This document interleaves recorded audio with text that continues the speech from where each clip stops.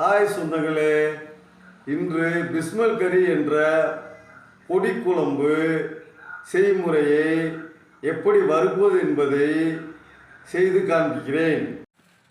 திருப்பத்தூர் பிஸ்மல் கறி பொடிக்குழம்பிற்கு 20 kilo மட்டனுக்கு 1/2 kilo புழுங்கல் அரிசியை பொன்னிறமாக வறுத்து எடுத்துக்கொள்ள வேண்டும்.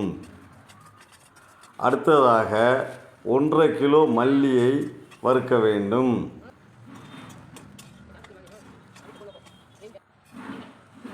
அடுத்ததாக 800 கிராம் சீரகம் வறுக்க வேண்டும். சோம்பு 250 கிராம் பொன்னிறமாக வறுத்து எடுக்க வேண்டும். அடுத்ததாக 75 கிராம் மிளகை பொன்னிறமாக வறுத்து எடுக்க வேண்டும்.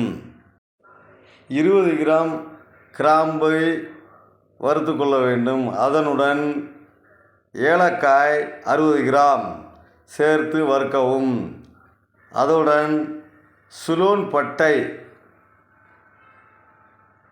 50 கிராம் சேர்த்து வறுக்க வேண்டும்.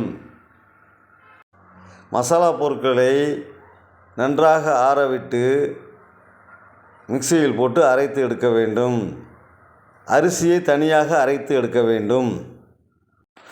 இந்த வீடியோவுடைய கண்டினியூவை அடுத்த வீடியோவில் செய்முறை விளக்கத்தை செய்து காண்பிக்கிறேன்.